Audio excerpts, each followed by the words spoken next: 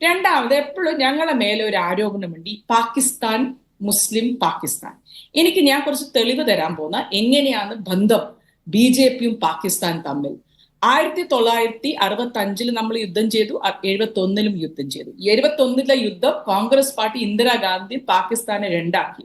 പക്ഷെ 78 Vajpayee foreign minister ആകുന്ന സമയത്ത് ആദ്യത്തെ പ്രാവശ്യം ഒരു നേതാവ് പാകിസ്ഥാനിൽ വിസിറ്റ് ചെയ്ത AB വാജ്പേയി. പിന്നെ അദ്ദേഹം പ്രധാനമന്ത്രി ആവുമ്പം 1999 വാജ്പേയി ഇനിയും വിസിറ്റ് ചെയ്തു പാകിസ്ഥാൻ. അതിന്റെ ശേഷം ആരാ പാകിസ്ഥാനിൽ പോയത്? നമുക്കറിയുന്ന ഞങ്ങൾ ഇപ്പോഴത്തെ ഇരിക്കുന്ന പ്രധാനമന്ത്രി നരേന്ദ്രമോദി. പഠാൻകോട്ടിലെ വിഷയം നടന്നു. പഠാൻകോട്ടിൽ നമ്മളെ സൈനികളെ കൊന്നതായിരുന്നു. അതൊരു തീവ്രവാദി ആക്രമണമായിരുന്നു.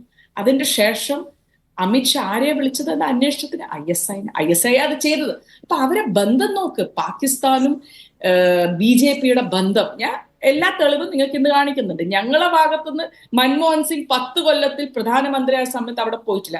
അജിത് ദോവലിന്റെ മകൻ ബിസിനസ് പാർട്ട്ണർ ആകുന്ന ഒരു പാകിസ്ഥാനി, അദ്ദേഹത്തിന് സൗദിയിൽ എല്ലാ സമയത്തും പോയി കാണുന്നുണ്ട്. എല്ലാവർക്കും അറിയുന്ന കാര്യമാണ്.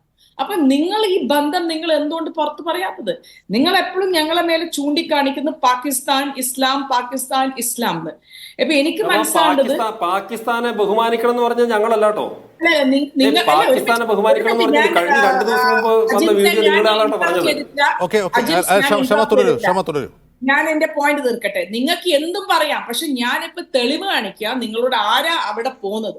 ഞങ്ങളെ പാർട്ടിയിൽ നിന്നൊന്നും ആരും അവിടെ പോയിട്ടുമില്ല. കാർഗിൽ മറ്റേ ഒരു ലാഹോർ ബസ് റൈഡ് ഉണ്ടല്ലോ വാജ്പേയി ചെയ്തത്, ഞങ്ങളല്ല അത് ചെയ്തത്. അപ്പൊ നിങ്ങൾ ഇനി ചൂണ്ടിക്കാണിക്കരുത്. നിങ്ങളാണ് പാകിസ്ഥാന്റെ ഒക്കെ ഉള്ള ബന്ധം നിങ്ങൾക്ക് ഉള്ളത്, കോൺഗ്രസ് പാർട്ടിക്കല്ല. എല്ലാ സമയം നിങ്ങളാ ചെയ്യുന്ന കാര്യം. പിന്നെ ഈ ഹേറ്റ് സ്പീച്ച്, ഒരു കാര്യം ഞാൻ പറയാം. പ്രധാനമന്ത്രി ഇന്നല്ല അന്ന് തുടങ്ങിയ ഒരു കാര്യം നമുക്ക് എല്ലാവർക്കും ഓർമ്മയുണ്ട്. UP തെരഞ്ഞെടുപ്പിന്റെ മുമ്പേ, ആദ്യത്തെ 2017 തെരഞ്ഞെടുപ്പിന് മുമ്പേ പ്രധാനമന്ത്രി എന്താ പറഞ്ഞത്? ശംഷാൻ ഘാട്ടിന് സ്ഥലം കൊടുക്കുന്നില്ല, പക്ഷെ ഖബറിസ്ഥാന് സ്ഥലം കൊടുക്കുന്നു. എന്തെല്ലാം പറയുന്ന പ്രധാനമന്ത്രി. എന്നാലും സമാജ്വാദി പാർട്ടി എന്ന് UP സർക്കാരിൽ ആ സമയത്ത്. ഈദിന് നിങ്ങൾക്ക് വെളിച്ചമുണ്ടാവും, ദിവാലിക്ക് ഇലക്ട്രിസിറ്റി ഇല്ല പോലും. ഇതാണ് ഒരു പ്രധാനമന്ത്രി സംസാരിക്കട്ടെ.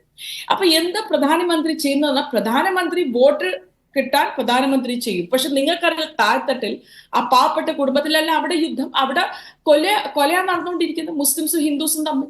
എന്തുകൊണ്ട് പ്രധാനമന്ത്രി പറഞ്ഞിട്ട് അവിടെ ഭയങ്കര വെറുപ്പാണ് തമ്മിൽ അതെല്ലാം നടന്നുകൊടുക്കുന്നത്?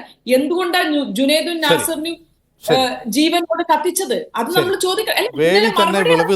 ഉദാഹരണങ്ങൾ ചൂണ്ടിക്കാട്ടിയുള്ള പരാതികൾ വരുമ്പോൾ എന്തുകൊണ്ട് തെരഞ്ഞെടുപ്പ് കമ്മീഷൻ ആക്ട് ചെയ്യുന്നില്ല എന്നുള്ളൊരു ചോദ്യം ചോദിക്കാൻ പോലും പറ്റാത്ത വിധം സ്വാതന്ത്ര്യമില്ലായ്മ രാജ്യത്തുണ്ടോ എന്നുള്ളൊരു ക്വസ്റ്റ്യൻ കൂടി ഘട്ടത്തിൽ വരുന്നുണ്ട്.